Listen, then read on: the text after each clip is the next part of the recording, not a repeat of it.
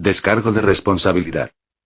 Canción de Hielo y Fuego o Juego de Tronos no me pertenece, ni ninguna de las imágenes mostradas. Este fic fue creado por mí con el propósito de entretener. El juego de Dan, capítulo 1. Dan miraba la enorme fortaleza conocida como Invernalia desde la Torre de Cuervos del Maestre Lun. Su vista se perdía en la inmensidad mientras pensaba en su vida pasada. Dan era un renacido, y también un transmigrado. Había nacido en la Tierra, en el siglo XX, y murió a los 30 años siendo un vago aficionado al anime, las películas, los videojuegos y las prostitutas. Esto último debido a que era un solitario al que nunca le interesó entablar una relación con una mujer. Pensaba que no las necesitaba y que nunca tendría hijos. Al final, resultó tener razón. Murió a los 30 años sin saber siquiera de qué. Una noche despertó, sintió que le faltaba el aire, se desmayó y murió, para luego renacer en este mundo, que para él no era más que una historia ficticia de la que ni siquiera conocía el final. Dan no sabía cómo había muerto, ni cómo había terminado allí. No tenía problemas de peso y se ejercitaba 10 minutos al día en una bicicleta elíptica. Según su médico, eso lo libraría de todo problema cardíaco. Pero ahí estaba, muerto, como si a su corazón no le hubiera importado su buena forma y su rutina de ejercicio. La forma en que murió le hacía pensar que no tenía mucha suerte, pues falleció joven y de una manera que no debía. Pero su suerte no mejoró con el renacimiento, porque estar en ese nuevo mundo no era algo bueno. Primero, estaba en un mundo medieval, y aquí no había internet. Eso era grave, porque Dan era adicto a él, y se aburría a muerte. En segundo lugar, estaba el tema de su edad. Dan había leído muchos fanfics sobre personas que renacían en los 7 reinos.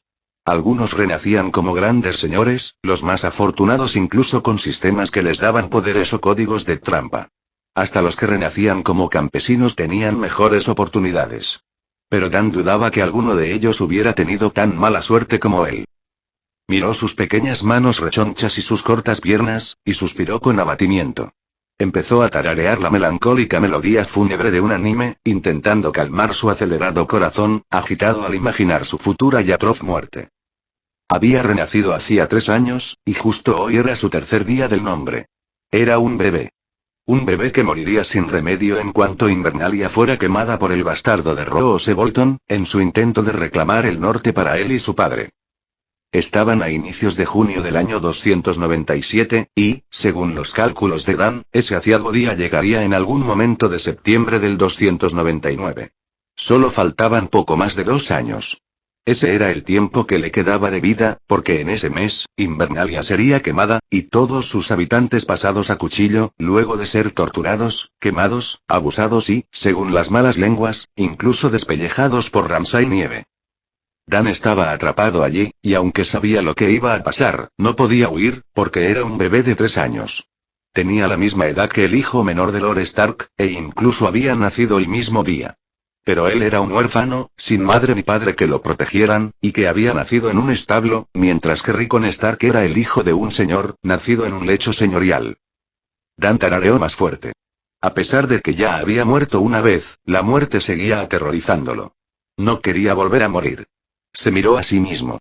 En este mundo, para gente común como él, sobrevivir los primeros 2 años de vida ya era un logro extraordinario.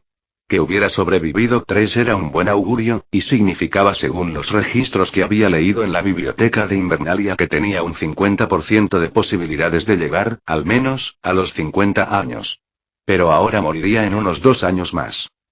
No podía huir de Invernalia. Tenía el cuerpo de un bebé, y en su vida anterior era empleado de una tienda.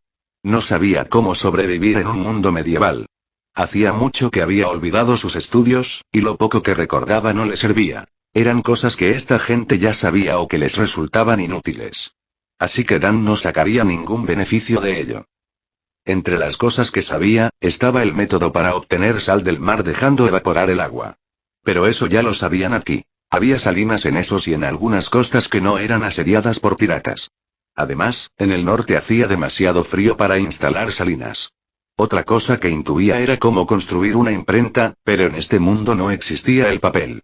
Usaban pergaminos hechos de piel de animal, extremadamente caros y reservados para los ricos. Nada apropiado para la producción masiva de libros. Dan también sabía cómo hacer papel, tomando un árbol, desmenuzándolo y luego hirviéndolo para extraer la celulosa y, a partir de ahí, fabricar el papel. Pero, ¿cómo iba a desmenuzar un árbol en este mundo sin una cortadora hidráulica, electricidad y combustible para operarla? Se vería obligado a hacerlo con manos humanas, y, de nuevo, eso no lo haría rico. Sería un negocio cualquiera cuando lo que él necesitaba era que el oro lloviera. Otra cosa que podía hacer calculaba que le llevaría, al menos, 5 años de investigación y trabajo era construir un motor de vapor. Él no creía que fuera algo tan difícil. Bastaba con una caldera a presión y unas válvulas de escape para aprovechar el vapor y mover brazos y engranajes. Si contara con la ayuda de maestres y artesanos, esto podría lograrse. Pero tomaría años, y él no tenía tanto tiempo, pues iba a morir pronto. Dan no era un pesimista empedernido, y, a pesar de ser un bebé, en estos 3 años no había llevado la vida de un vago. Se dio cuenta apenas del primer día de su nacimiento de dónde estaba, ya que había nacido en Invernalia. Sabía que, si no hacía nada, tendría apenas 5 años de vida. Por eso, al día siguiente de nacer se puso a trabajar aprendiendo el idioma de aquella gente, algo parecido al inglés, lo que le facilitó las cosas. No se comportó como un simple tonto. Actuó de inmediato y, revelando toda su inteligencia, trazó su primer plan de salvación: abandonar el norte. Se esforzó a muerte para convertirse en un erudito y fue entonces cuando se dio cuenta de que los conocimientos que daba por sentados en su mundo eran, en este nuevo lugar, casi inimaginables. La gente de este mundo no sabía por qué no podía ver en la oscuridad, una pregunta que cualquier estudiante de bachillerato podría responder. Aquí, la única explicación era que, sencillamente, era de noche. Los maestres podían efectuar cesáreas. Sabían que ciertos órganos no debían ser manipulados y cómo coser después de una cesárea, pero no tenían idea de por qué las mujeres morían, quedando con la carne podrida y delirios febriles. Tampoco conocían las transfusiones de sangre, y seguían creyendo que las sangrías eran beneficiosas para la salud. Con estos conocimientos, que en su mundo eran de sentido común, Dan parecía el ser humano más inteligente que había nacido. Estaba seguro de que esa superioridad intelectual le abriría un pasaje directo a Antigua, lejos de Invernalia. Luego a Braavos, y, finalmente, a la seguridad de una vida muy acomodada, mientras los salvajes de los 7 reinos se mataban en guerras sin sentido. Dan no era un héroe ni un luchador social. En su propio mundo, una vez vio cómo asaltaban a una vecina. Luego lo invitaron a dar testimonio, pero él dio media vuelta. Regresó a su departamento, recogió sus cosas y se mudó del estado. Siempre puso en práctica el dicho: los problemas de los demás no son asunto mío. Eso fue lo que le enseñó el mundo. Nadie se preocupó nunca por él, y él nunca movería un dedo por nadie, salvo cuando fuese estrictamente necesario. Por ello, Dan no tenía apegos ni en su antiguo mundo ni en este. Los Stark no eran buena gente. En el norte, miles morían de hambre y frío, y durante los largos inviernos los ancianos eran desamparados, mientras los Stark vivían en una fortaleza con agua caliente en sus muros e invernaderos de cristal para cultivar en invierno. La ineptitud en el gobierno de los Stark era la causa de tantas muertes y lo seguiría siendo en el futuro. Alguna vez, el mismo Lord Stark sería testigo de cómo un niño era asesinado a partir de un falso testimonio, y su supuesto honor se lo pasó por donde no le daba el sol. Por eso, los Stark no eran más que gente. Los campesinos tampoco eran nada especial, y, por supuesto, Dan tampoco. Él no se creía superior a los demás. Su filosofía de vida era muy simple. Si quieres vivir, vive. Si quieres morir, muere. Si deseas tomar un puñal y te apuñalan, o si alguien con espada te degüella la garganta, bien por ti. Dan daría un paso atrás y se pondría a ver vídeos en YouTube. Lo único que pedía era que lo dejaran en paz. Por eso, no quería quedarse en este lugar ni intentar cambiar nada. Lo único que le interesaba era su propia vida. Desde que nació en este mundo, su único objetivo fue escapar, y durante 3 años se esforzó al máximo en su plan para ser enviado a Antigua. Pero hace un par de días, todos sus planes, todo su trabajo y su cuidadoso esfuerzo fueron destruidos por unas pocas palabras. Dan, no vamos a enviar a un bebé a Antigua. Los Stark cuidarán de ti hasta que seas un hombre y entonces podrás ir a Antigua. Malditos Stark, pensó Dan con desesperación. 3 años de trabajo duro, echados a la basura. 3 años de esperanza que se convirtieron en desesperación. 3 años soportando las tonterías y supersticiones de estos salvajes que creían que Dan era alguno de sus dioses antiguos renacidos. Dan escupiría sobre sus dioses de mierda y sacudió la cabeza en su mente. Estoy muerto, no hay salida, pensó con un suspiro, y dejó de tararear. Luego fue a probar suerte, soltándole a la lechuga blanda que era un verde vidente que tenía visiones, para tratar de venderle la idea de que se acercaba una guerra y que debía confiar en él si no quería perder la cabeza pero sabía que ese plan era una mierda, porque la lechuga blanda era blanda y tenía la astucia de un repollo. ¿Ese no se salvaba ni conociendo su propio futuro? Dan parpadeó al voltear para bajar de la ventana de la Torre de los Cuervos, y se encontró con dos niñas y una mujer de mediana edad que parecían estar orando y mientras lo miraban con ojos llenos de fervor. Dan parpadeó otra vez. Sansa, seguida por Heine y acompañadas por la secta Mordane, subía las escaleras rumbo a la clase del día con el maestre Lun. Sansa estaba orgullosa de ser siempre la primera en llegar, lo que le valía los elogios de su padre y su madre. Cumplía todas sus labores como una verdadera dama.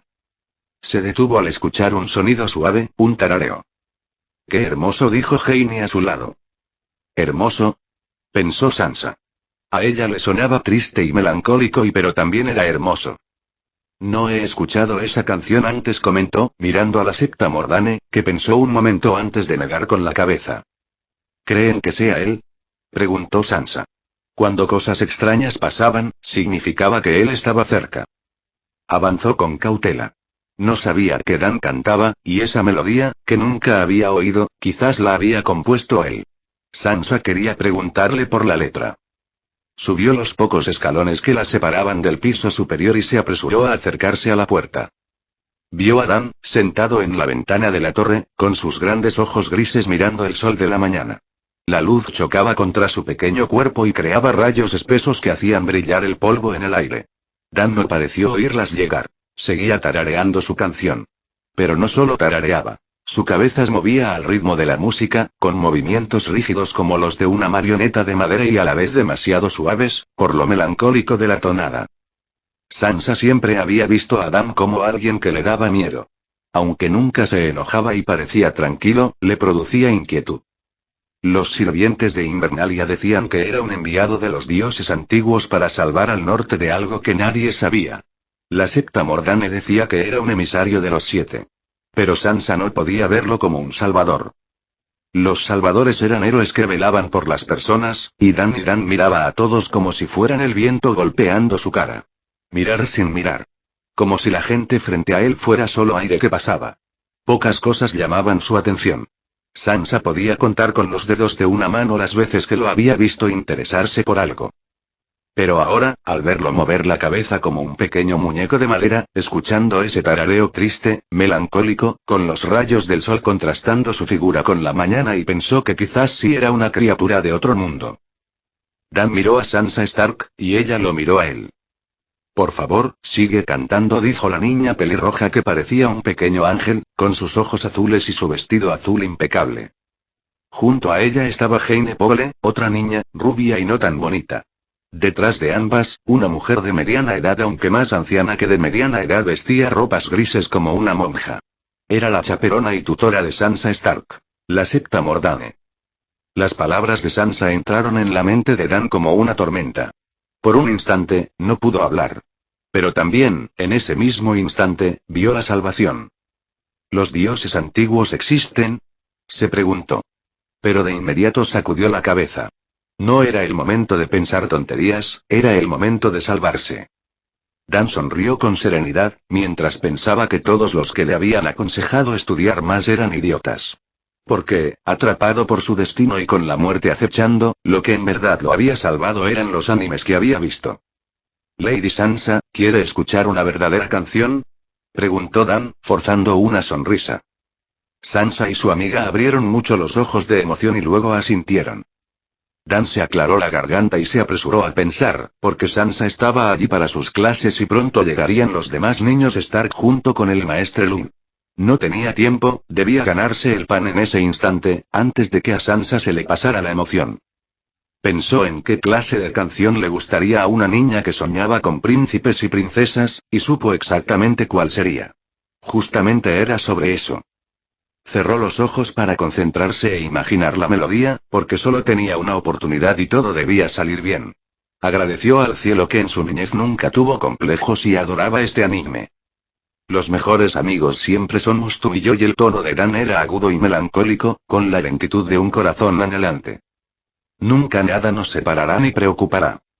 Hay momentos llenos de magia, magia en el corazón de los dos, y Dan continuó su canción, poniendo énfasis en el tono soñador y el ritmo de cuento de hadas, dándose cuenta de que su voz era perfecta para esta nueva empresa. Cuando abrió los ojos al terminar, vio a las dos niñas derramando lágrimas. Mierda. ¿Demasiado triste? ¿Debí darle un tono más alegre? Se preguntó Dan. Pero entonces vio al anciano flaco, con ropas de monje, parado junto a la septa Mordane. Era el maestre Lunin, lo cual significaba que su tiempo se estaba acabando. Dan estiró el cuello y vio al resto de los niños estar detrás de él. Brandon y Arya, los más pequeños. Jon y Rob, los mayores. Lady Sansa, lo siento. No es una canción muy alegre, pero puedo cantar otra después, una más animada, dijo Dan, con el corazón en la mano. Su futuro dependía de esta niña. Sansa parpadeó, luego abrió mucho los ojos. «¿Dani, sabes más canciones?», preguntó con incredulidad. Se secó las lágrimas con propiedad y miró a la septa Mordane pero también al maestre Lunin. «Maestre Lunin, septa Mordane, ¿podemos escuchar otra canción antes de las clases?», preguntó con tono ilusionado. Dan supo en ese momento que su vida ya estaba salvada, porque había muy pocas cosas que harían que Sansa Stark se saltara sus responsabilidades de dama, como sus estudios.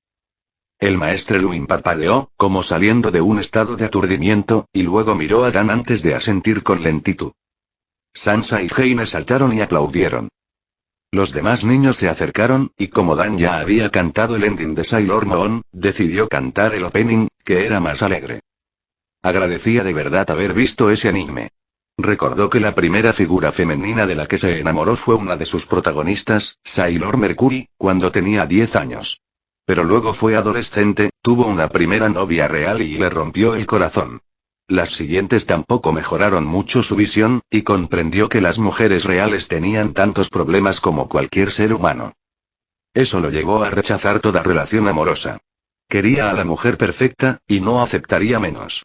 Cualquier otra cosa le resultaba repulsiva. Tras salir de la adolescencia, nunca más tuvo una novia y hasta el día de su muerte.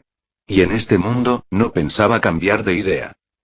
Pero frente a él, Sansa Stark era una niña tonta que aún creía en príncipes y princesas. Él aprovecharía eso para salvar su vida. Recordó la canción y la entonación, cerró los ojos para concentrarse y comenzó a cantar. Perdona si no puedo ser sincero, y Dan empezó la canción con un tono alegre y vivaz, como un niño dando pequeños saltos de curiosidad. Solo en mis sueños te lo confieso, 1000 pensamientos giran en mi mente, cortocircuito me causarán, y la canción tomaba un leve tono de queja, pero mantenía la alegría y el entusiasmo que hacía palpitar el corazón. Las canciones de anime eran así. No tenían mucho tiempo para entretener, por lo que pronto alcanzaban su punto fuerte. Se podría decir que toda la canción era un clímax de principio a fin, destinadas a enganchar desde el primer segundo. Al concluir, Dan abrió los ojos. Sansa aplaudió con emoción, seguida por los demás. Dan carraspeó, algo avergonzado, asintió y se colgó de la ventana para lanzarse al suelo. Nadie lo ayudó, porque llevaba 3 años allí y todos sabían que no lo necesitaba. A pesar de tener solo 3 años, Dan manejaba su rechoncho cuerpo con la soltura de un adulto. Maestre Lunin, creo que me interesa aprender música, dijo Dan con satisfacción, porque ese era su camino hacia la seguridad en esta vida y siempre que no muriera antes por un resfriado o una infección. Si lograba llegar a los 10 años, sus probabilidades de sobrevivir eran altas. Y si pasaba la adolescencia, seguro llegaba a viejo. Dan sacudió la cabeza mientras salía de la sala donde el maestre Luin daba clases a los niños Stark. Lo que ellos sabían, Dan ya lo había aprendido en su primer mes de vida, y como convertirse en un erudito no iba a salvarle la vida, ya no quería estar allí. A partir de ahora, se centraría en el anime, porque eso sí iba a salvarle la vida. Confiar en la ciencia había sido una estupidez y una pérdida de tiempo. Dan pensó en su propia posición, tratando de pulir los detalles. Era hijo de una sirvienta y de un guardia de Invernalia. Su madre había muerto tras el parto, y su padre ya estaba muerto antes, cuando fue junto a otros guardias a cazar bandidos. Se encontraron con salvajes de más allá del muro, que robaban y secuestraban mujeres. Los saqueadores murieron, pero antes se llevaron con ellos a algunos guardias, incluido el padre de Dan. Por fortuna, dentro de lo que cabía esperar, los Stark eran lo más decente entre los señores, y tras la muerte de sus padres, permitieron que las demás sirvientas se encargaran de él, dándole de su comida. Dan no tenía la posición de un señor, pero nada impedía que fuera un bardo. Y debía poner todo su esfuerzo en ello. Y un año después, Dan miraba desde las almenas de Invernalia a la comitiva que se aproximaba. Ninguno de los que llegaban se parecía a los personajes de la serie de televisión, porque Dan estaba en el mundo de los libros. Algunas personas eran más impresionantes que sus versiones televisivas. Otras, mucho menos. En primer lugar estaba la lechuga blanda, o como lo llamaban allí, Lord Stark. El Ned Stark de la serie era casi un hombre de mediana edad, pero el que Dan conocía apenas pasaba los 30, tenía 33. Su apariencia también era distinta. La lechuga blanda era esbelto, de rostro alargado, cabello castaño, ojos grises, y tenía más porte de guerrero que de padre de familia agotado. Robb era un adolescente de cabello castaño rojizo y ojos azules, nada que ver con el fornido joven de la serie. Jon era lo mismo. Un adolescente esbelto, de cara alargada y mirada taciturna. Arya era aún más pequeña, y si se podía, más escuchimizada. Sansa era un pequeño ángel, y la madrastra malvada, Lady Catelyn, era una exuberante belleza pelirroja, nada que ver con la versión madura y recia de la serie. Por último estaban Bran y Rickon. Rickon era un bebé pelirrojo de la misma edad que Dan, y Bran, la versión masculina de Sansa. Un niño bonito, mimado hasta el extremo, y con el aire de quien jamás ha conocido la palabra no. En cuanto a los recién llegados, la comitiva real, era más de lo mismo. No se parecían en nada a sus contrapartes televisivas.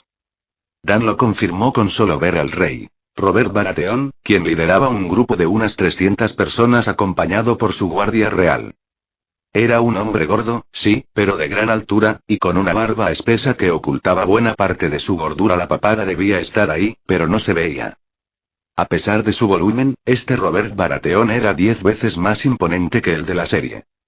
A su lado cabalgaba un modelo de revista en armadura. El príncipe encantador de Shrek, Jaime Lannister, el llamado Matarreyes.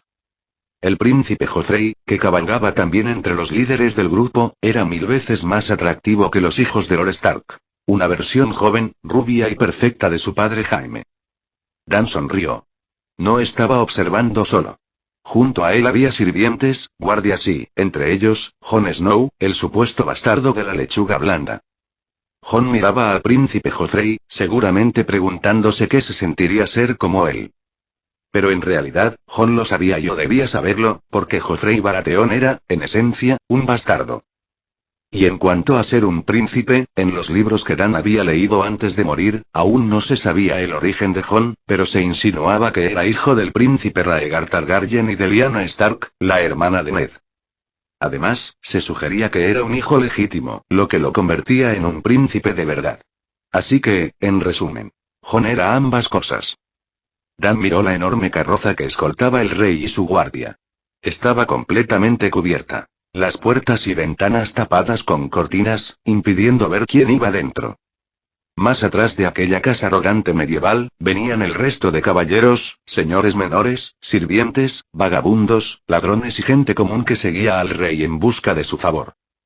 Dan tuvo que esperar a que la caravana entrara al castillo para ver a la reina Cersei Lannister, una mujer que, aun llevando un gran vestido, dejaba en claro que era una gran belleza. Su cabello dorado en bucles y sus ojos verdes acentuaban esa hermosura. La Cersei Lannister de la serie ni siquiera podía hacerle sombra a esta mujer. Con la reina, bajó una pequeña niña de cabellos dorados y ojos verdes, que parecía una versión en miniatura de ella. Esa era Myrcella Baratheon, que también era bastarda, al ser hija del Matarreyes y no del rey. Por último bajó un niño rubio, de ojos verdes, algo gordito. Tommen Baratheon, el menor de los bastardos de la reina. El rey se reunió con su supuesta familia y avanzó hacia los Stark, que lo esperaban formados frente a la puerta principal de la torre de Invernalia. Lord Stark se arrodilló con su familia, recibiendo al rey y poniendo Invernalia a su servicio. Luego, el rey abrazó a la lechuga blanda y sus risotadas retumbaron por todo el inmenso patio. El tipo era realmente escandaloso y despreocupado. La lechuga blanda presentó a toda su familia, y el rey presentó a la suya. Robert Baratheon era un cornudo, y todos sus supuestos hijos con la reina Cersei eran bastardos. Pero él no era mejor persona que su reina. De hecho, era peor. Un alcohólico, putañero y padre desastroso, que tenía bastardos regados por todo el reino. A eso se sumaba su lamentable gestión como rey. Había vaciado la bóveda real, y ahora la corona debía un ojo de la cara y parte del otro al Banco de Hierro, a los Lannister y hasta a la misma Iglesia de los Siete. Por si fuera poco, su ineptitud y falta de cerebro habían sembrado los cimientos de una guerra de sucesión que terminaría de arruinar el reino. Después de las presentaciones, Dan bajó de la muralla y volvió a su habitación. No se relacionaba con los Stark, porque ese reino se iba a convertir pronto en un desastre. Con la lechuga blanda al mando, y su hijo que no era muy diferente, los Stark y el norte estaban condenados.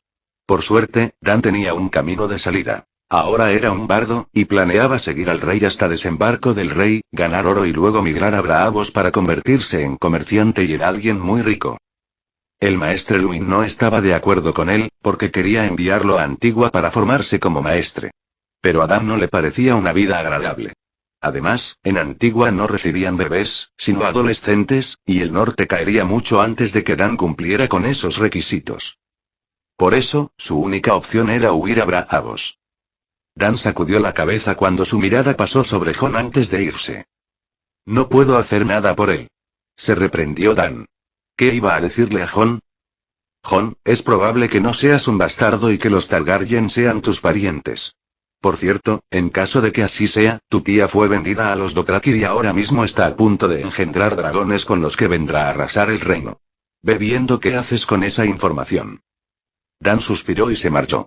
Él sería un bardo, y obtendría oro para largarse a Braavos, donde no tuviera que ver cómo moría un reino y todas estas lechugas blandas.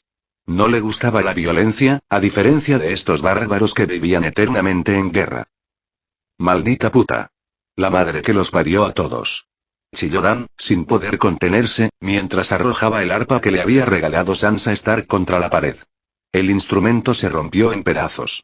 Detrás del arpa fue a dar la moneda de cobre que le dio la reina zorra, después de que lo llamaran para pasar una hora entreteniendo a sus bastardos. Cobre, no oro. Gritó Dan en su mente, mientras respiraba con dificultad, hervido en pura indignación. Recordaba cómo, después de ofrecerle una miserable moneda de cobre, la reina zorra le propuso un trato para seguir entreteniendo a sus bastardos. Un plato de comida de su mesa y algunas piezas de ropa cuando las necesitara. Maldita puta. Pensó Dan mientras sacudía lo que tenía más cerca su cama e imaginaba que era el cuello de Cersei Lannister. Esa zorra, con un plumazo, acababa de mandar todas sus esperanzas al traste, junto con un año entero de esfuerzo y práctica que había invertido en convertirse en bardo. Lo que más le dolía a Dan era que, durante un año, había podido vivir en paz, con la esperanza de que no iba a morir. Pero ahora volvía a caer en la desesperación. Más que eso. Estaba indignado. Indignado por esta mierda y Dan siguió maldiciendo en su mente mientras arremetía contra todo lo que tenía a su alcance, porque ya no le importaba nada. Incluso se preguntaba desde qué torre debía lanzarse llegado el momento, para terminar con su vida sin tener que sufrir ninguna tortura atroz. Catelyn Stark estaba frente a la puerta del cuarto de Dan, el sirviente que había sido aprendiz del maestre Luin y que luego se había convertido en bardo. Catelyn había notado que Dan, de repente, se había tensado y estaba muy pálido después de la presentación ante la reina Cersei, por lo que lo había seguido hasta su habitación para ver qué pasaba, en compañía de una sirvienta. Ahora ambas tenían cara de espanto, escuchando los ruidos que salían del cuarto. Objetos cayendo, gruñidos, y una respiración agitada. Dan era apenas un bebé, de la misma edad que su hijo Rickon, pero ni Catelyn ni la sirvienta se atrevieron a entrar a su habitación. Justo al llegar, habían escuchado a Dan maldecir, y por su tono, sabían que estaba realmente enojado. Catelyn, que ya sentía escalofríos cada vez que el niño mostraba su rostro sereno y sus ojos inteligentes, no estaba dispuesta a enfrentarlo ahora que estaba furioso. De hecho, sus piernas temblaban un poco. Miró a la sirvienta, que estaba pálida y ya murmuraba oraciones a los antiguos dioses, pidiendo perdón por sus ofensas ante su enviado, quienquiera que fuera. Catelyn tembló un poco más. Ella no creía en los antiguos dioses, sino en los 7, y Dan, a pesar de parecerle una criatura antinatural desde que el maestre Luin se lo presentó cuando tenía 6 meses y ya caminaba y hablaba como un adulto, le daba un miedo terrible. El maestre Luin decía que Dan era un prodigio, y que su inteligencia lo explicaba todo. Pero ni Catelyn ni nadie que no fuera el maestre creía esas tonterías. Ese niño no era humano, ella estaba segura. Siempre sintió que tenía delante a un adulto disfrazado de bebé. Y todos en Invernalia pensaban lo mismo. Solo su esposo y el maestre Luin insistían en que Dan era normal. Pero Dan no tenía nada de normal. Sabía cosas que ningún niño debía saber, ni siquiera si pasara el día entero leyendo como decían su esposo y el maestre, cada vez que él soltaba alguna verdad inquietante. Siempre lo habrá leído en algún libro. Catelyn pensaba que su esposo y el maestre eran unos necios. No pensaba entrar en ese cuarto para ver qué pasaba. Dio media vuelta y, con prisa, corrió a su habitación para esperar a su señor esposo, que aún seguía recordando viejas glorias junto al rey, su viejo amigo. Ambos se habían criado juntos en el valle, como pupilos de Jon Arryn, la mano del rey, recientemente fallecida, cuyo puesto, mucho temía Catelyn, ahora recaería en su esposo. Al llegar a su habitación, Catelyn caminó de un lado a otro, inquieta, hasta que, 20 minutos después, llegó su esposo. Él le ofreció su rostro sereno para calmarla. A su esposo lo llamaban el lobo silencioso, y no era solo un apodo. Incluso ella de veces lo sentía un desconocido, pues rara vez hablaba con ella sobre sus preocupaciones, a menos que ella insistiera. Mi señor esposo, y empezó Catelyn, y le contó todo lo sucedido. Él solo suspiró, y Catelyn apretó los dientes, sabiendo que, como siempre, estaba a punto de minimizar lo ocurrido. Cat, solo es un niño. Y la razón de su enojo es evidente. El maestre Luin ya me había dicho que Dan se convirtió en bardo porque aspira a obtener oro, para luego convertirse en comerciante. Es evidente que ha malinterpretado la petición de la reina, y por eso está enfadado. Aunque, como mi señora ha mencionado, la violencia con la que ha reaccionado no puede ser justificada. Lo reprenderé en persona. Mi señora debería continuar encargándose del banquete esta noche, dijo su esposo con calma. Catelyn se sintió llena de impotencia y se preguntó si sufriría alguna desgracia por haber enfadado a un ser sobrenatural como Dan. Quería ir a rezar a los 7 para pedir su protección, pero tenía demasiadas responsabilidades. El banquete de bienvenida del rey la necesitaba. Su corta ausencia seguramente ya habría puesto nerviosos a los sirvientes y al mayordomo Polle. Catelyn abrazó a su señor esposo, quien no comprendía del todo la situación. Ella estaba convencida de que no se trataba de un simple malentendido. La reina había ofendido a Dan hasta tal punto que él había ido a encerrarse a su habitación para maldecirla. Era posible que la familia real sufriera alguna desgracia en el futuro, y Catelyn solo esperaba no ser culpada por ello. Dan estaba sentado en su cama, preguntándose si no debería ir directamente ante el rey para contarle que sus supuestos hijos eran bastardos y, de paso, ver cómo le cortaba la cabeza a la zorra de Cersei. Así comenzaría la guerra de una vez por todas. En ese momento, alguien abrió la puerta de su habitación y entró, observando el desastre que Dan había provocado. Sus ojos se detuvieron en el arpa rota contra la pared, y en la moneda de cobre tirada a su lado. Ned frunció el ceño. Las palabras de Catelyn no habían sido una exageración. Dan, en verdad, había estallado de cólera. Incluso había roto el arpa que le regaló su hija, un instrumento que había costado varias monedas de oro, que él mismo había pagado. Aún así, Ned mantuvo la calma y entró, cerrando la puerta tras de sí, mientras Dan le dirigía una mirada sombría. El niño seguía enojado. Milord, dijo Dan, levantándose de la cama y haciendo una pequeña reverencia formal. ¿Necesita algo, milord?, preguntó, mirando el arpa. Si es por una cuestión de entretenimiento, lamento informarle que no continuaré siendo un bardo, así que deberá excusarme, concluyó con un tono formal, pero extremadamente frío y duro. Si Ned hubiera sido su esposa, o alguno de los supersticiosos sirvientes de Invernalia, ya habría salido corriendo, temiendo ser maldecido por esta supuesta criatura sobrenatural. Pero Ned no era supersticioso. Sabía que los dioses no encarnaban, velaban desde los árboles de Arciano. Por eso endureció un poco su voz. Dan, la reina no se ha negado a darte oro. Te ha ofrecido algo mucho más valioso. Su cobijo y protección. Eso quiere decir que te ha tomado como pupilo. Es un gran honor, y Ned no terminó la frase. Los ojos de Dan brillaban de indignación. Estaba seguro de que el niño había entreabierto la boca para hablar, pero la cerró con fuerza, acompañado de una pequeña mueca de dolor. Estaba conteniéndose. Entonces Ned comprendió que, tal como dijo Catelyn, no se trataba de un malentendido. Dan había comprendido perfectamente las palabras de la reina. Y estaba furioso, no porque no entendiera, sino precisamente porque entendía. Dan, ¿puedes decirme por qué te enoja que la reina te haya tomado como pupilo? El niño volvió a apretar la boca, conteniéndose. Dan, te prometo que podemos hablar de lo que te preocupa, y no sufrirás ninguna consecuencia por ello, aseguró Ned, intentando darle confianza. Pero la ira en los ojos del niño se trasladó a su expresión, que pasó de serena a pétrea. Lord Stark, no pienso convertirme en pupilo de la reina. Dígale que caí por una escalera, que me partí los dedos y me mordí la lengua. Así mi futuro como bardo estará arruinado. Respecto a todo lo demás, en este momento estoy muy enojado. Y me temo que si usted sigue hablando, se enterará de cosas que quizás no quiera saber, y que podrían traer desgracia y pesar sobre usted y toda su familia, dijo Dan con voz amenazante. Ned parpadeó, sorprendido por sus palabras, y luego se enojó.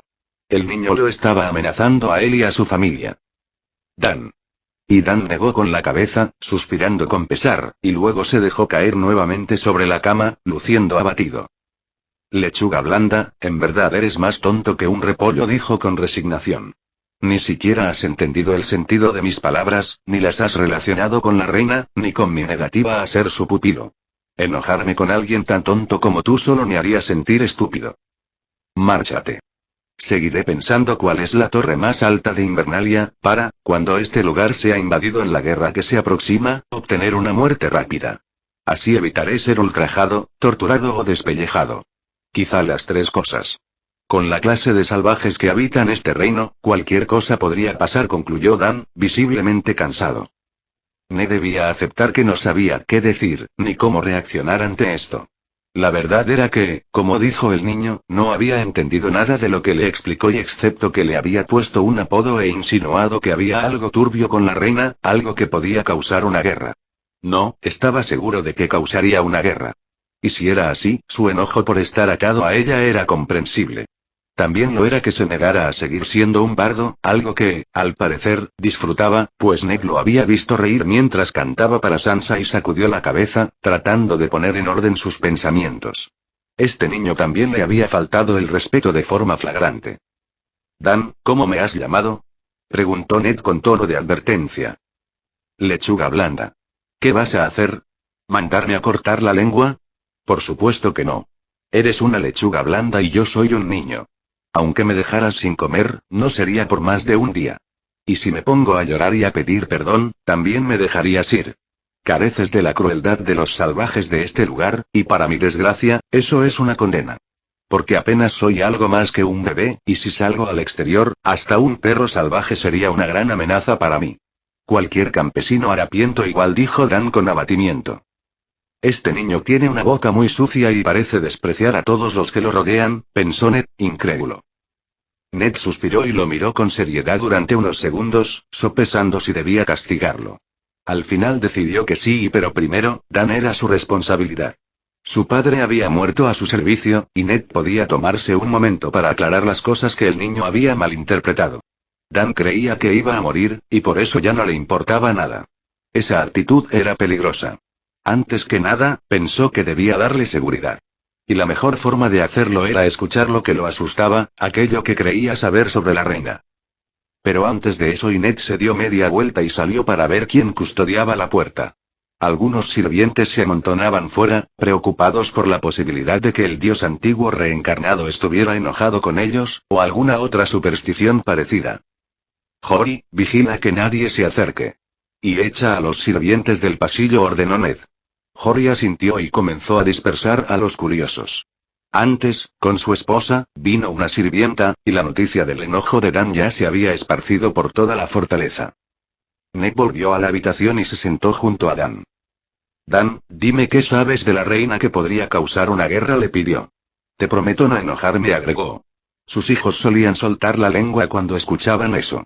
Por supuesto, no los eximía del castigo, solo de su ira. Dan hizo una mueca y lo miró de arriba abajo. Luego se encogió de hombros. Si quieres sufrir, es tu problema. Aunque, de todas formas, no hay manera de que sobrevivas, dijo sin ninguna muestra de respeto, dejando claro otra vez que no sentía nada por él. Lord Stark, ¿has visto el bonito cabello dorado y los ojos verdes de los príncipes reales? ¿Y el cabello negro como la tinta, y los ojos azules del rey? Preguntó Dan. Ned dio un respingo. Comprendió al instante lo que esas palabras insinuaban. Traición. Y algo muy peligroso si llegaba a oídos de la reina. El castigo de Dan por insinuar eso debía ser ejemplar pero antes, aquello debía aclararse. Porque, en su estado, Dan podía decírselo a alguien más. Dan y Sansa, Robb, Rickon y Bran tienen el cabello pelirrojo y los ojos azules. Y mi cabello es castaño y el cabello de tu supuesto bastardo, Jon Snow, es castaño. El de Arya también. Y el de Robb es castaño rojizo. Por otro lado, en este lugar sería difícil que la madrastra malvada encontrara a alguien pelirrojo para tener bastardos. El rey, en cambio, tiene bastardos regados por todo el reino. Todos ellos con ojos azules y cabello negro como ala de cuervo. Según un libro de castas en la biblioteca, cada vez que un Baratheon y un Lannister se han cruzado, los niños nacen con cabello negro. Ahora la mano ha muerto en extrañas circunstancias, y Stannis Baratheon ha huido a refugiarse en Rocadragón. De seguro ya sabe lo que se avecina. No hay que ser muy listo para darse cuenta de ello. No hay forma de detener esta guerra. Y cualquiera a quien le convenga una matanza escogerá el mejor momento para filtrar esta información, concluyó Dan. Ned no pudo decir nada. Sentía que le faltaba el aire, como si el corazón se le hubiera detenido del puro impacto. Y Ned no supo cuánto tiempo estuvo sin hablar, pero, cuando volvió en sí, se descubrió en su habitación, sentado en la cama, mientras su señora esposa temblaba frente a él, llamándolo y preguntando qué había pasado. Él lo sabe, respondió Ned, aún aturdido. ¿Dan? ¿Qué sabe? Preguntó Catelyn, con preocupación. Sabe que Lyanna y Ned parpadeó. Promételo, Ned. Tu supuesto bastardo, Jon Snow, resonó la voz de Dan en su mente. Por fortuna, se había detenido a tiempo antes de repetir esas palabras, que por sí solas podrían provocar una guerra. Apretó los dientes con fuerza para recuperar la compostura, y entonces vio que el maestre Luwin también estaba presente. Gracias a los dioses antiguos, había logrado contener su lengua. Ned, Robert pregunta por ti. Y la reina quiere ver a su nuevo pupilo. Desea regalarle algunas cosas para animar el banquete esta noche, dijo Kat, aún preocupada. Ned recordó el banquete, aquello que había creído su mayor preocupación del día. Ahora le parecía completamente insignificante. Dan ya es mi pupilo, y no se lo cederé a la reina. Sin embargo, puede pedirle que le sirva esta noche, y si él acepta, podrá hacerlo. De lo contrario, puede abstenerse, respondió Ned.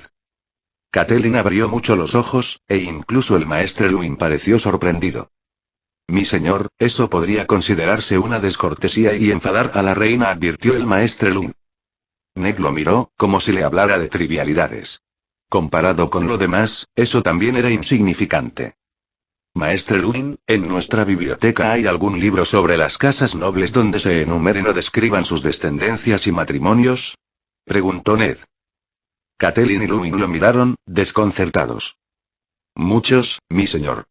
Pero me temo que el más reciente data de hace unos 10 o 15 años. He solicitado una edición actualizada a la Ciudadela, pero ya empezó a decir el maestre. Esos bastarán, lo interrumpió Ned.